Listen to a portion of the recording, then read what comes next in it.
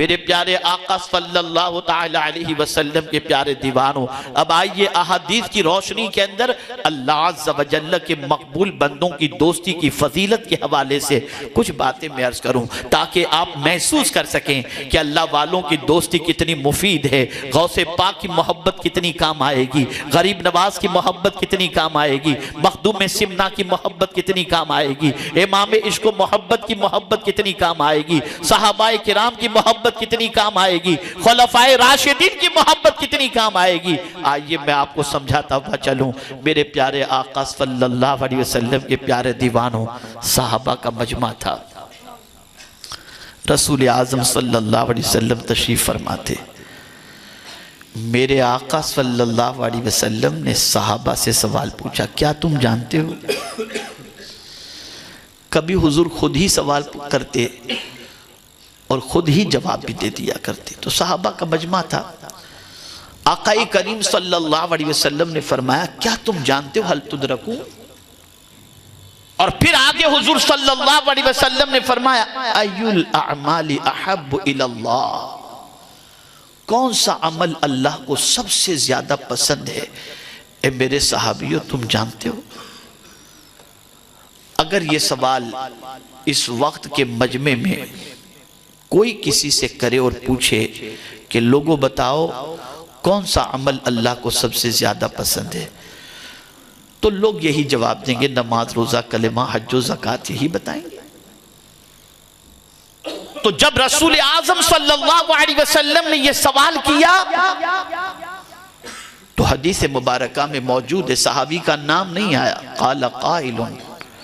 ایک صحابی نے عرض کیا، اور کیا عرض کیا؟ الصلاۃ والزکاۃ، اللہ کو جو عمل سب سے زیادہ پسند ہے وہ نماز اور زکوٰۃ ہے، اور کون نماز کا انکار کرے گا؟ ساری تبلیغ تو نماز ہی کے سلسلے میں ہو رہی ہے، نماز و زکوٰۃ کے حوالے سے قرآن میں کئی آیتیں موجود ہیں، اس کی فضیلت سے کون انکار کر سکتا ہے؟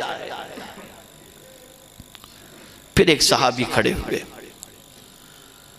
قال قائل، حدیث میں وہاں ان کا بھی نام نہیں موجود، انہوں نے کہا الجہاد، اللہ کے نام پر جان لٹا دینا، یہ عمل اللہ کو سب سے زیادہ پسند ہے۔ دونوں صحابی نے اپنی سوچ کے مطابق یہ عمل بتا دیا، ایک صحابی نے نماز و زکوٰۃ کے بارے میں بتایا اور ایک صحابی نے جہاد کے بارے میں بتایا۔ اب میرے آقا صلی اللہ علیہ وسلم نے جو سوال کیا تھا کہ کون سا عمل اللہ کو سب سے زیادہ پسند ہے، دونوں کے جواب کو سننے کے بعد حضور نے اس سے پردہ اٹھایا کہ آؤ میں تمہیں بتاتا ہوں کہ اللہ کو کون سا عمل سب سے زیادہ پسند ہے، اور پھر حضور نے اس سے پردہ اٹھایا اور ارشاد فرمایا جو عمل اللہ کو سب سے زیادہ پسند ہے وہ عمل یہ ہے الحب فی اللہ والبغض فی اللہ، اللہ کے لیے کسی سے دوستی کرنا اور اللہ کے لیے کسی سے دشمنی کرنا، یہ عمل اللہ کو سب سے زیادہ پسند ہے۔ آپ اندازہ لگائیں، آج علماء، حفاظ، قراء، طلبہ، ان سے صرف ہمدردی کی نگاہ سے اس لیے دیکھا جاتا ہے، اور ڈاکٹر، بیرسٹر، انجینئر، لائر اور ریسرچ اسکالر اور سرمایہ داروں کو عزت کی نگاہ سے اس لیے دیکھا جاتا ہے کہ ان کی دوستی تمہیں دنیا میں کام آئے گی، لیکن اگر